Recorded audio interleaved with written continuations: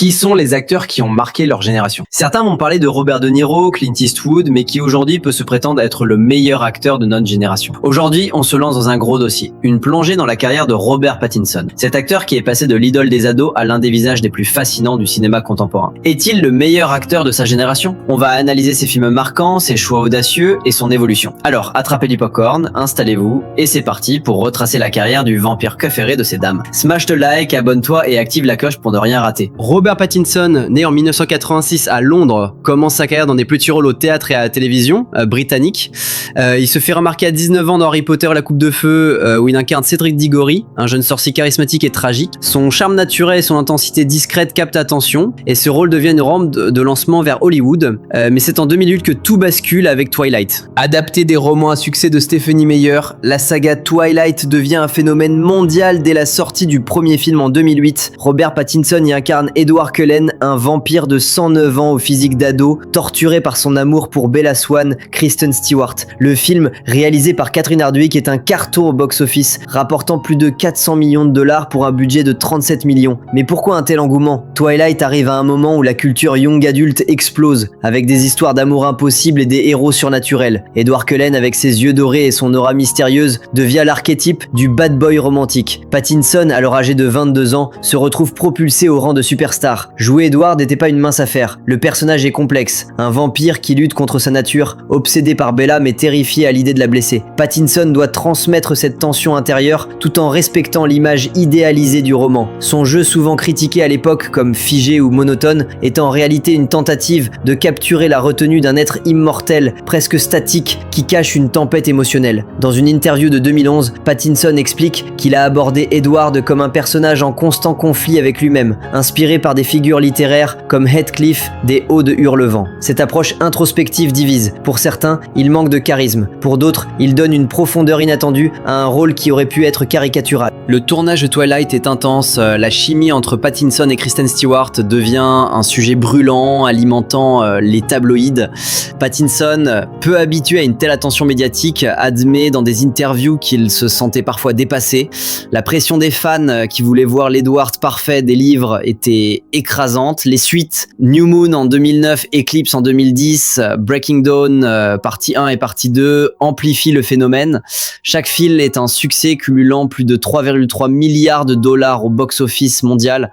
Dans New Moon, Pattinson doit jouer un Edward plus absent, hanté par la culpabilité. En Eclipse, il montre une facette plus combative, et dans Breaking Dawn, il explore un Edward, père de famille, un défi inattendu. Twilight fait de Pattinson une icône et aussi une cible. Les critiques le réduisent souvent à un beau gosse sans talent, et les mèmes sur son regard vide pullulent. Pourtant, il commence à chercher des rôles pour s'émanciper dès 2010, jouant dans des films comme Remember Me ou Water for Elephants. Ces projets, bien que moins marquants, montrent son envie de diversification. Dans une interview de 2017, il avoue que Twilight a été à la fois une chance incroyable et une prison. La saga lui a donné une notoriété mondiale, mais l'a enfermé dans une image qu'il a mis des années à briser. Comment passe-t-on de vampire scintillant à acteur respecté? C'est ce qu'on va voir. Après Twilight, Pattinson aurait pu surfer sur la vague des blockbusters romantiques, mais il fait un choix radical, travailler avec des réalisateurs d'auteur et plonger dans le cinéma indépendant. Cosmopolis en 2012, réalisé par David Cronenberg. Ce film est une adaptation du roman de Don DeLillo. Pattinson joue Eric Packer, un milliardaire désabusé traversant New York en limousine. Le film divise, mais Pattinson impressionne par son intensité froide. Cronenberg dira qu'il a vu en lui un acteur capable de tout jouer. The Rover en 2014. Dans ce thriller post-apocalyptique, Pattinson incarne Ray, un vagabond vulnérable avec un accent australien travaillé pendant des mois. Montrer une scène où Ray panique. Sa performance est brute, presque méconnaissable, et prouve qu'il peut disparaître dans un rôle. Maps to the Stars en 2014. Toujours avec Cronenberg, il joue un chauffeur de limousine à Hollywood, un rôle secondaire mais marquant. Le film critique l'industrie du cinéma et Pattinson y apporte une ironie subtile.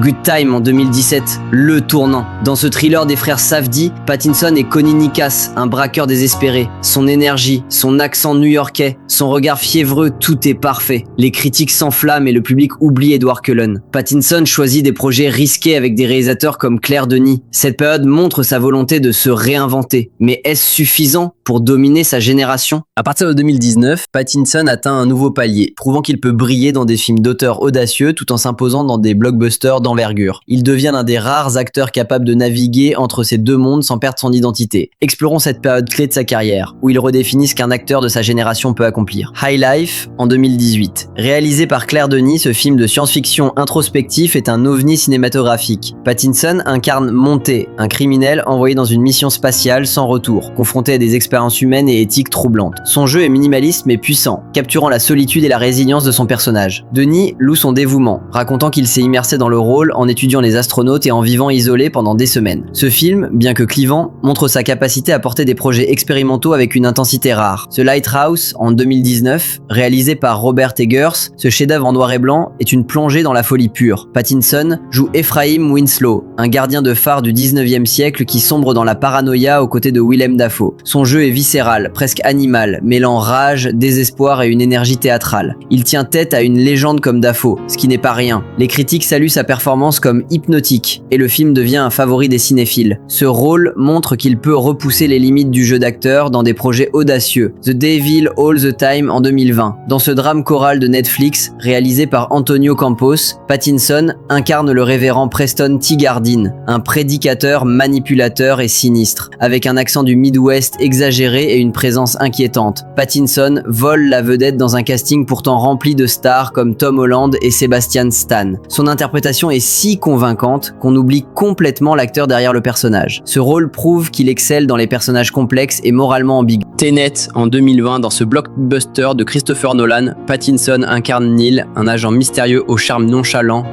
Il apporte une légèreté sophistiquée à un film complexe, volant presque la vedette à John David Washington. Nolan a révélé dans une interview que Pattinson a improvisé certaines de ses meilleures lignes, montrant son instinct aiguisé. Ce rôle marque son retour triomphal dans le cinéma à gros budget, mais avec une approche d'acteur d'auteur. Il prouve qu'il peut être une star de blockbuster sans sacrifier sa crédibilité. The Batman en 2022 peut être son rôle le plus scruté à ce jour, réalisé par Matt Reeves. Ce film présente Pattinson comme un Bruce Wayne sombre, torturé, presque émo, dans une Gotham crépusculaire. Les fans sont divisés, certains adorent sa vision introspective du personnage, d'autres préfèrent les Batman plus imposants comme celui de Christian Bale. Mais une chose est sûre, Pattinson apporte une profondeur psychologique rare à un super-héros, explorant la solitude et la rage intérieure de Bruce. Les critiques louent son alchimie avec Zoe Kravitz et sa capacité à incarner un Batman encore jeune et imparfait. Ce film, qui a rapporté près de 800 millions de dollars, confirme son statut de star bankable. Cette période est un tour de force. Pattinson passe d'un film d'auteur claustrophobique comme The Lighthouse à un blockbuster comme Tenet, puis à un mastodonte comme The Batman, tout en explorant des rôles secondaires mais marquants dans The Devil All the Time. Il montre qu'il peut tout jouer, le marginal, le héros, le méchant, le fou. Mais comment se compare-t-il à d'autres acteurs de sa génération comme Timothée Chalamet ou Adam Driver qui brillent aussi dans les registres variés? Robert Pattinson est un paradoxe, une énigme qui fascine autant qu'elle divise. D'un côté, il est acclamé par les cinéphiles et les critiques pour ses choix audacieux et ses performances intenses dans des films comme Good Time ou The Lighthouse. D'un autre, il traîne toujours l'ombre de Twilight, une étiquette de teen idol qui colle à la peau pour certains. Cette image de vampire romantique, bien qu'il l'ait transcendée, reste ancrée dans l'imaginaire collectif, surtout pour ceux qui n'ont pas suivi son évolution. Son style de jeu, souvent introspectif et minimaliste, est une autre source de division. Dans des films comme High Life ou The Batman, il privilégie les silences, les regards et une intensité contenue qui peut dérouter.